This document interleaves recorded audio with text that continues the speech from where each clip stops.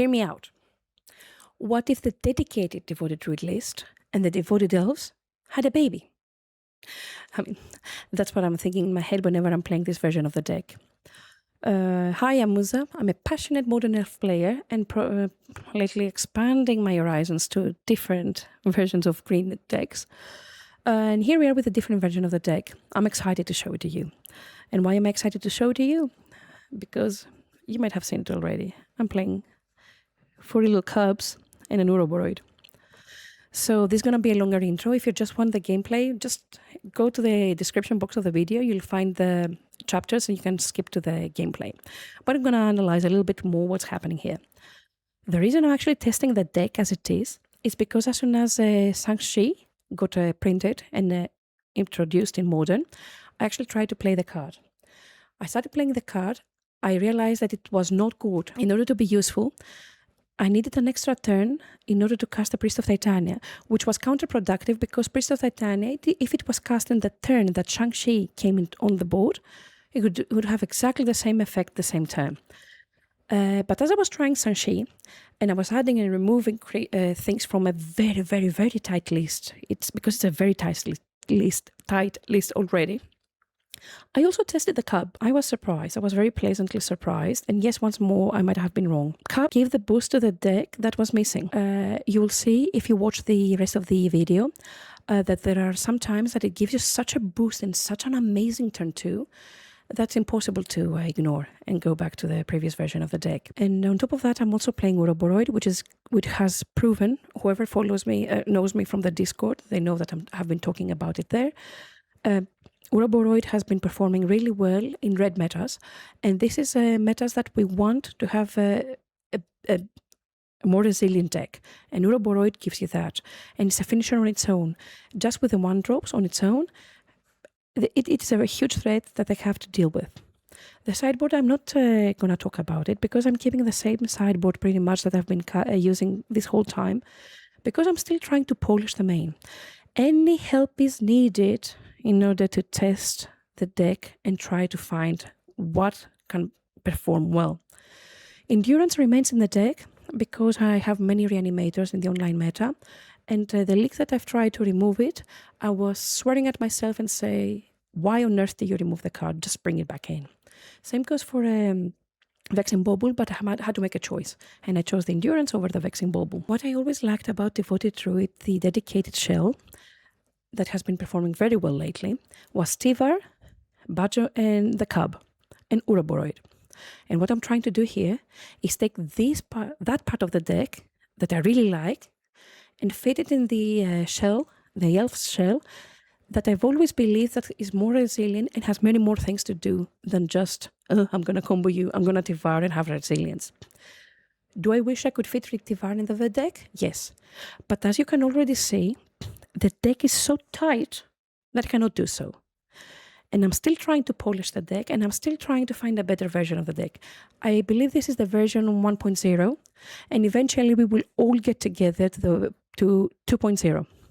I really hope that the community will help me with it, and I really hope the elf community is not going to look down on me for playing even more not elf cards. I think that all these years I've proven that I'm a passionate Modern Elf player. If you look all my results online, you'll see that I've been playing elves for many years. And I'm not just trying to move away from the deck, I'm just trying to make it even more resilient in a modern meta that they're not giving us powerful enough elves in order to compete with the rest of the decks. Anyway, I spoke a lot in this intro, but I wanted to get everything out of my chest. Please, if you would like to see how the deck performed, let's go together.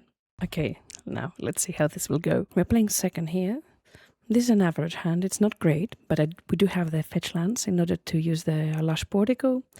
I see a Steamvent standing, which means that either they have removal, I don't know, maybe end of their turn they want to do something. The hand become way better because we drew the Azuri.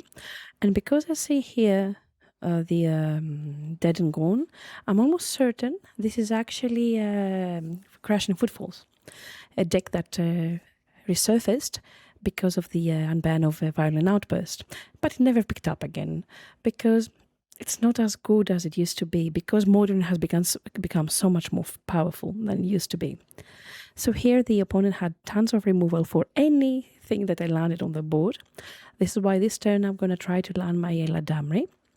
The opponent here is gonna Quantum Riddler with Subtlety it, which is pretty weird for me. By the end of the turn, they're doing what I expected them to do. They cast their Crashing Footfalls. Right now, I'm very far behind. My chances of winning this game are pretty low. And with the new configuration of the deck that I'm actually trying out, I don't know how possible it is to try it, to win. Because here I made a mistake too. I play the land standing, I'm on 8, which means that the attack for lethal, if you see here, and I have to block with my Urobroid. Therefore, it was pointless what I was doing. I conceded as soon as I realized I'm going to game number 2. But in order to finish what I was saying, because in the new list I'm not running a vexing bubble in the main, the matchup has become a bit worse. But you'll see how it will go post-board.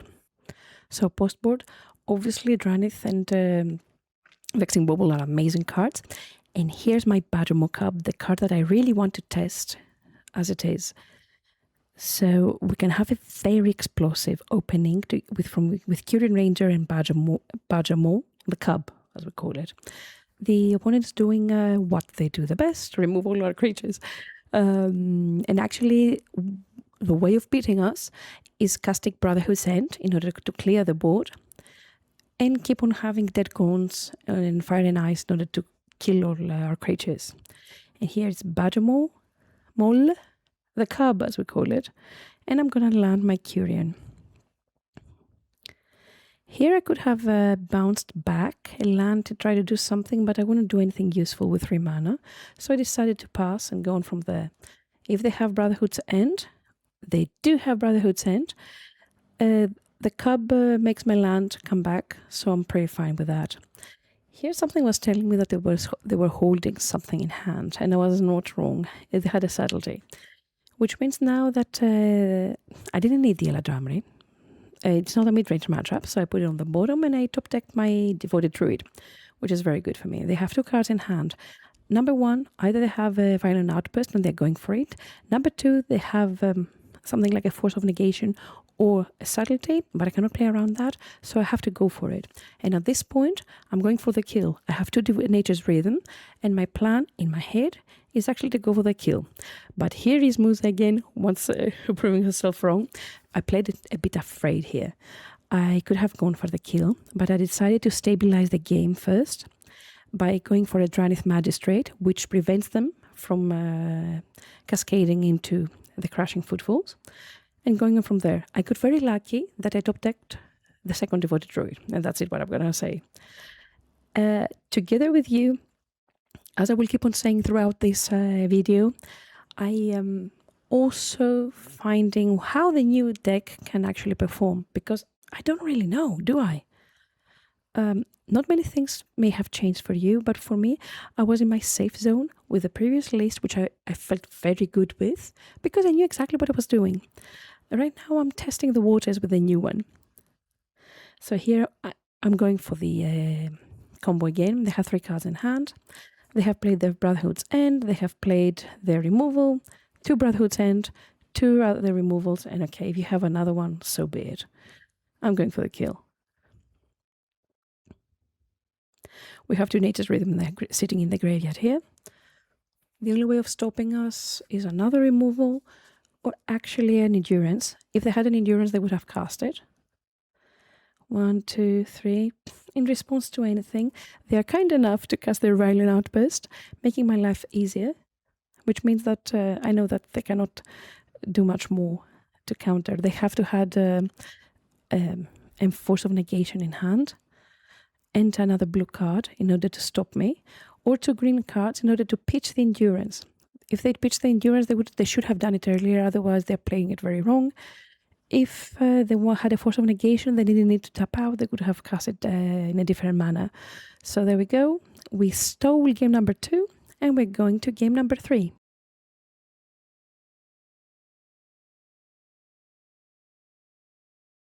Game number 3, we're playing second, no lands, no honey, no money. We didn't like it. So I'm keeping this hand. It's a decent hand, the Sylvan Safekeeper. And this hand just got upgraded, didn't it? The Sylvan Safekeeper can protect one of my important creatures, my important 2-drops, from being healed. Them cracking for red turn 1 isn't very promising, but we can't do anything about that. And they also have red again, which is not very promising. Okay, they cast Vibrance. I don't care. Okay, Sylvan Safekeeper took the bullet for the rest of the team, and so be it. And here I'm going to progress my game by casting a Priest of Titania. I have to think now. I have to think differently. I even thought, should I have cast Badgermole Cub? But then I realized no. Oh, and now you'll see the magic that I'm talking about. 1, 2, Fire and Ice, tap for mana. I'm playing this for mana. And here's another choice. Do I try to stabilize the game or do I try to win? This time I decided to go for the win because I have an Eladamri in hand, I do have a fetch land, and a Nature Rhythm in the graveyard. And the opponent's casting Wistfulness, which means that they don't have a removal and they're looking for something. They're either looking for an Endurance to kill my graveyard, or they're looking for a Force of Negation or a Subtlety. So end of the turn, I crack for my Lush Portico. I didn't have anything important. So you see what happened. Eladamri did Eladamri things. Another Vibrance. What are you going to kill this time? They went for my Eladamri. I don't know how good that was. There's the Endurance on my graveyard. And they keep pitching cards in order to do all these things. I'm not mad at it. I'm happy. So here I know that I cannot block and I will keep on attacking. Once again, I'm very dead to a Brotherhood's End, which they did not have. And they cast a card that I had to read a couple of times to understand what it was doing. But after I read it, I realized that it wasn't doing anything important to me. On the top of the deck, I see my winning condition and I'm happy about it. So if I dodge the bullet for one more turn, I think I have it in my pocket and we're going to the next one. As I've said in the past, Rhinos has become an easy matchup because our deck got upgraded so much more than theirs during the time that Violent Outburst was banned. So the opponent is exiling cards, but as they should know, no matter what they exile, Drannith Magistrate stops them from casting anything. So I block just because I can. They're on 1, they can't do much. They cast another Wistfulness, probably hoping, as you see from the way that they tapped their mana, that they will draw the Brotherhood's End. They didn't, and that's it. The game, we're going to the second round. We're playing second, and I wouldn't keep the first hand. I didn't have anything. Okay, they have Mana Dorks, but it didn't have anything like that. And once again, we have a very nice hand with Kyrian Rager and Badgermole Cub. The opponent is on the black-red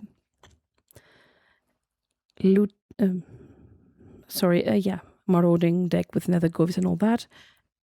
You know, it's Rakdos. And we're going on from there. They're killing my Devoted Druid. If that Devoted Druid survived, I would be in a very good spot, but it doesn't. And my only hope at this point is that I will draw an Endurance or something, or a Cauldron, in order to go off from there. 6, Burning Inquiry. And they're flying. And I realized that even if I block this, I mean, they had 6 flyers, so they couldn't do anything.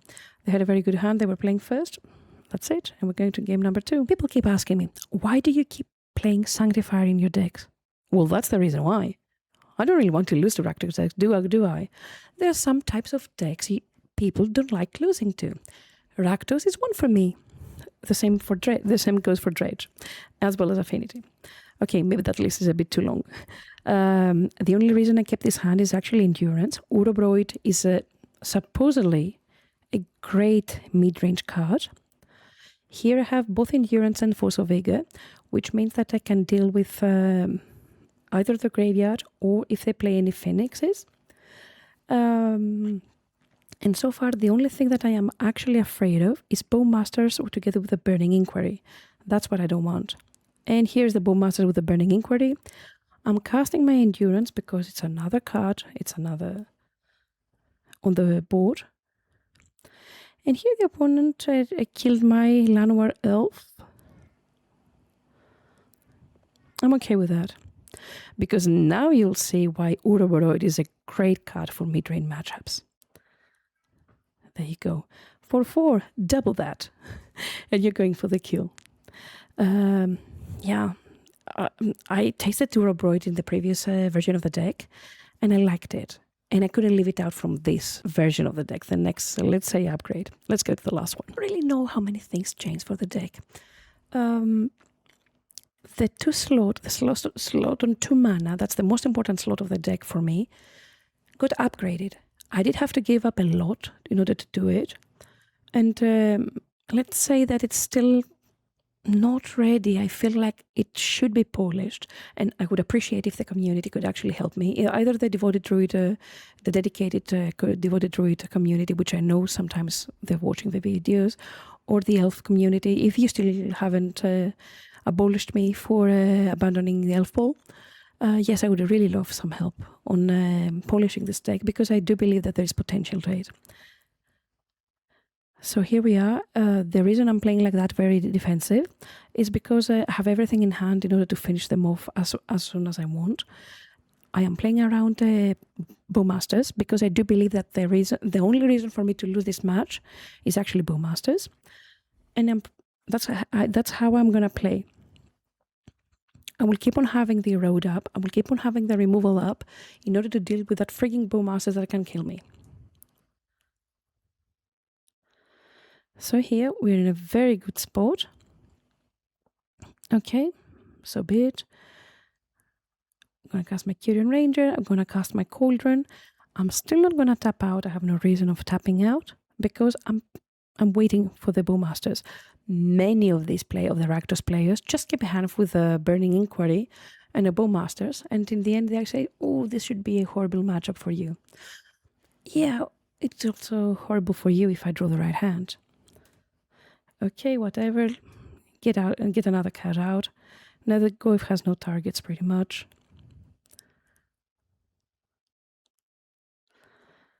They keep on cycling. They're trying to make it a flyer. I don't care if they're going to make it a flyer because I see dead people. There we go. They're going to attack. Obviously, I'm going to erode that Nether Goyf. I don't want to go to a very low life total. And I do have a Skyclave Apparition to deal with that Detective Phoenix. Okay, you remove that too, so be it. And here is the cub. And here is everything that it can do. And this is what we came for. I'm so excited. Even watching it in the playback, I'm still excited. Because right now, because of the cub, this Temple Garden has the abilities of the creatures under the Cauldron, which means that there's a Priest of Titania as well as a Kyrian Ranger. So I'm very close to having lethal because I have a Devoted Druid in the graveyard, which I'm going to add to another creature of mine. Oh, there you go. I drew the Vizier. My life is easy. And we're killing them. Is it cub nice? Or is it just me? Is it an overkill? I don't know. No, it's not. No, that's not. That's it. Let's go to the next one. Okay, next one. Again, we're playing second. I cannot keep that hand. I only have one land. And I keep Mulligan hard because, I like to Mulligan a lot with the deck. I do believe that it can do it. Another time I'm drawing the cub. That's good. But I have another plan. The cub is only good when you can tap for mana at the same turn, which is something I don't have. So I'm actually going to progress my game the old style version, as the deck used to run in the past. And the opponent is a Broodscale, another deck that picked up after all the bans and unbans and everything. The rhythm in the graveyard is going to make my life so much easier than having to do anything else, because I didn't have the kill. But okay, sometimes we do kill them on turn 3 without having the kill. This is why the Lush Portico is still in the deck, even though I still hate you. Yes, I admit it. And you know what's happening. Nature's Rhythm, Vizier. Then we're going for Court of Calling in order to get the Azuri, finish them off, and going go to game number 2.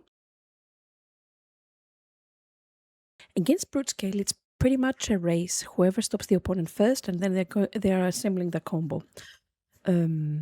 So I do have a collector oof in hand. Is actually the reason I kept the hand. But I do keep in mind that because they're running Risk members and red removals of any form, that collector oof shouldn't be landed unless it's completely necessary. This is the case that it's completely necessary. Because if I didn't cast it now, they did have a Norza Saga that would probably get the Blood Chief, and then I would be dead. Here they went to get the Springleaf Drum, which obviously meant for me that they did have the removal. The Skyclave Apparition was a great draw because it can kill the Broodscale, but my problems aren't solved yet because I have been playing defensively all this time while the opponent has been progressing the game, and I am far behind. For example, now they got a Brushland, which for me means that I'm pretty sure that next turn I'm dead, but I can't really do much. What I'm going to do though is I'm going to try to keep my Boseiju up in order to kill the Uza Saga, and hope that they do not have the artifact, the Blood Chief in hand.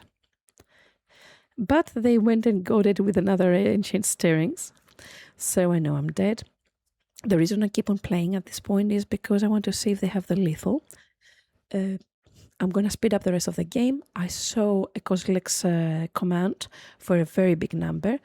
The chances of them failing with the Kozilek's command that high was very low. That's why as soon as they cast it, I concede, and I'm proceeding to game number 3 to finish them on the attack while we're playing first. This time we're playing first, and this time we have the perfect hand. We don't take any prisoners. We're going to kill them. Chieftain 1, which means that they probably have a very fast hand.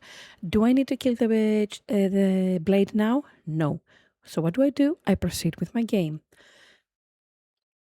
Okay, the Broodscale is here, and they have no reaction. No interaction, they are tapped out. They could have a surgical. I couldn't care less about the surgical.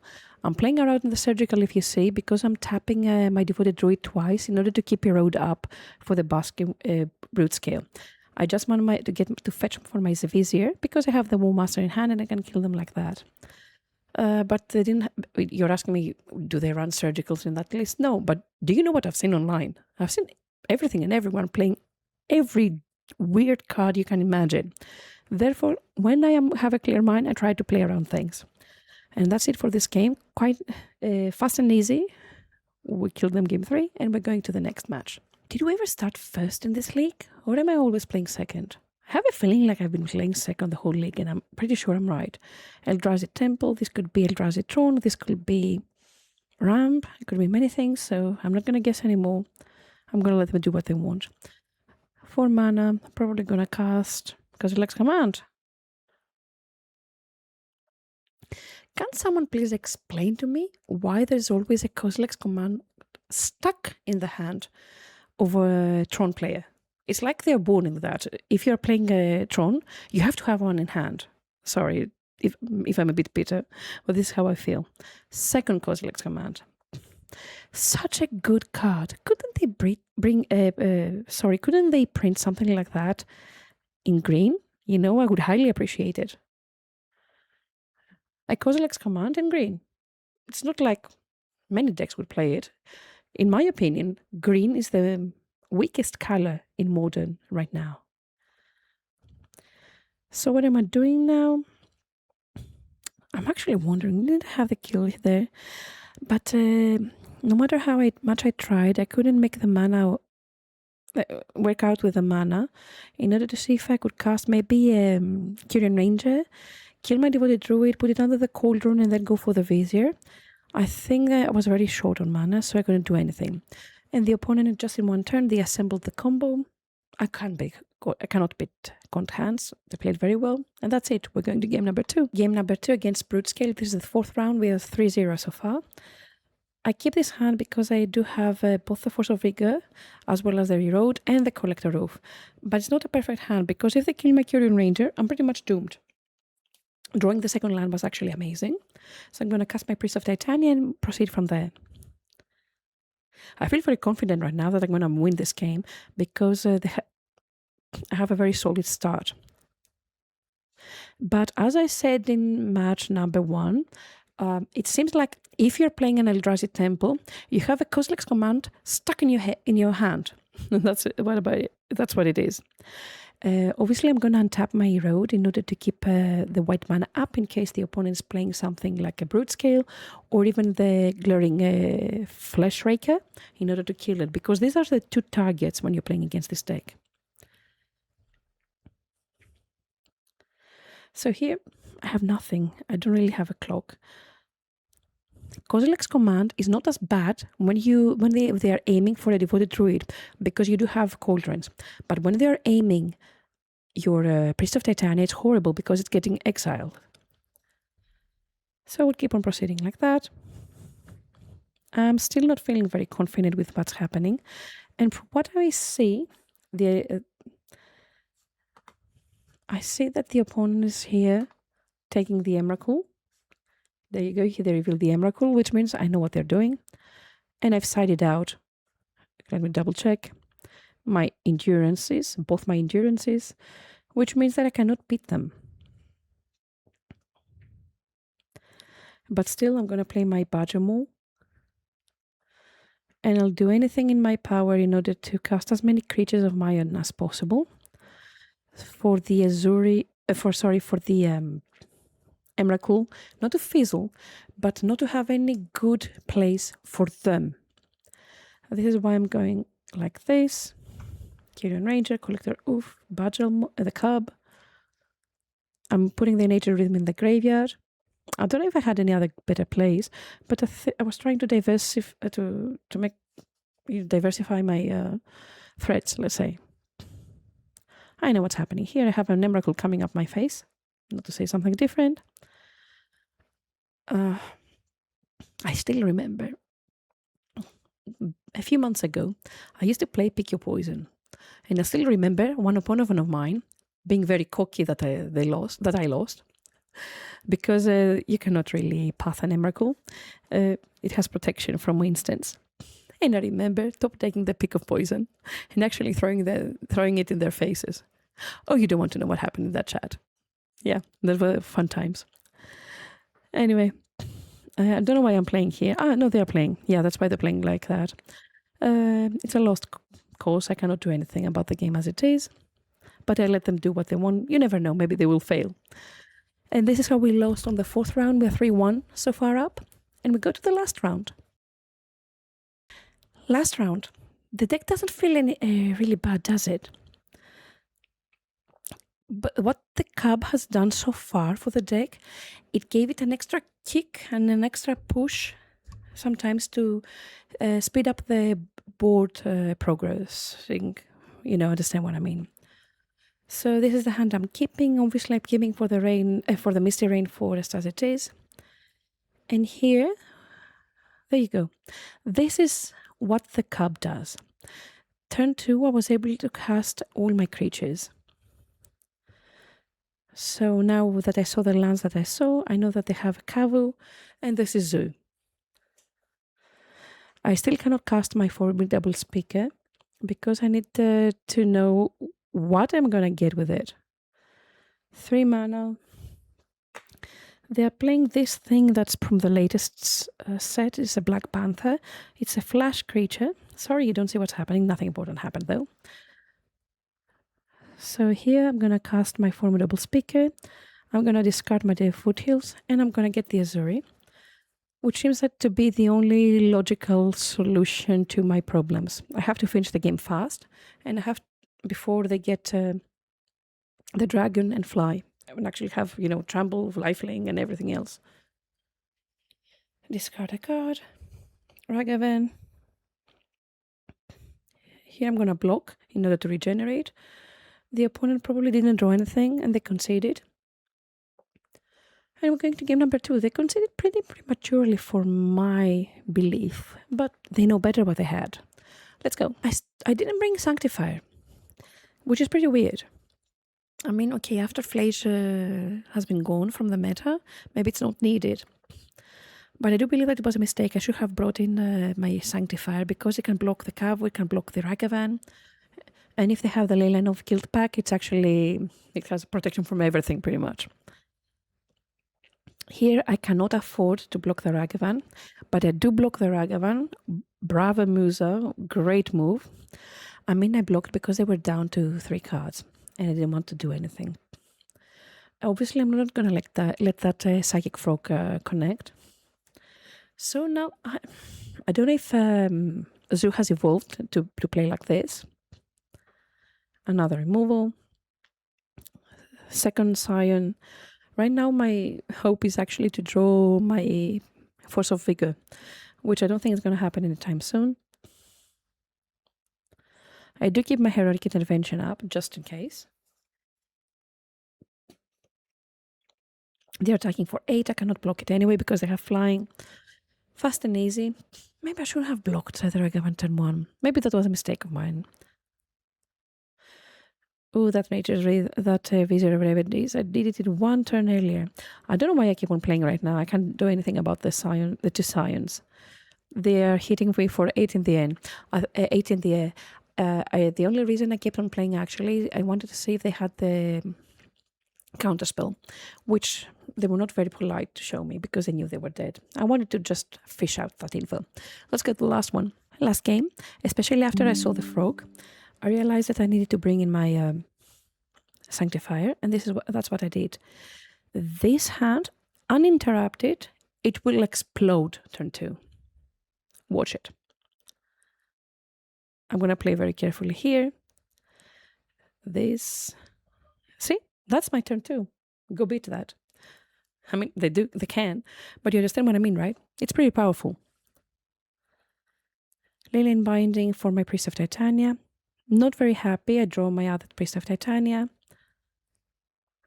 Why do I keep bouncing things? Yeah, that's why I keep bouncing things. That's okay, but I am left with 1 land again. I think that I shouldn't have done that, but that's okay. Another Leyline Binding. My Kingdom for a Fracturing Gust. When I was actually playing Fracturing Gust some time ago, because of the weird meta, it was full of affinity. I was bringing in Fracturing Gust against Zoo because it has so many targets, and you also gain life. I was feeling very good with how the game was going. I don't feel that positive anymore.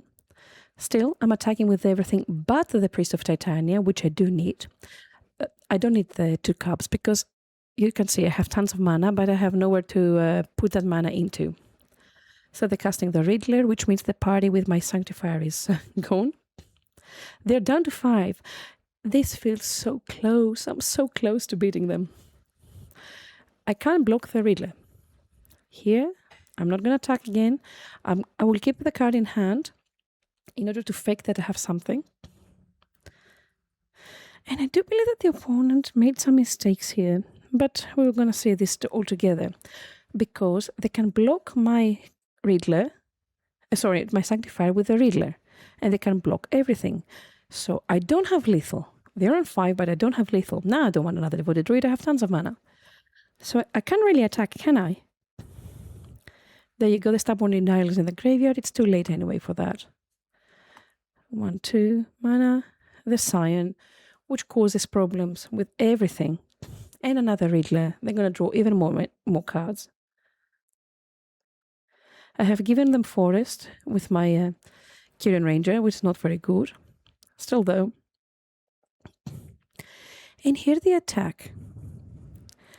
I tried to block a lot, but I didn't. I block the Psychic Frog. End of the turn, this gets exiled. Help me out. Let's say that the Sanctifier gets blocked by the Scion. The Territorial Kavu blocks this, the 2. And the other one blocks here. I have 4 damage coming through, which means they're going to 1. Wasn't I dead? Furthermore, couldn't the opponent just do Psychic Frog's ability, give flying to the Psychic Frog, and kill me? Am I missing something here? I don't think I am. In any case, I'm honest. I probably shouldn't have won this, especially as I cannot draw my next card here and see what I was going to draw. But I wanted to show you this take on the deck because after this league, I have been testing it and it has been performing very well. But it needs lots of TLC, love and affection, in order to evolve. That's it. I hope you like this new content. I hope the elf community is not gonna publish me and they're gonna ostracize me to another country, another game, another deck, because I am moving more and more far away from the traditional elf decks. But I'm trying to find the best version of the deck. Thank you if you watched until the end of this video. Any important information will be in the description box of this video. And I will see you on the next one. And guess what? We're going to stick to this list for a little bit longer while I try to polish it and find the right main board and sideboard because everything is very tight. See ya!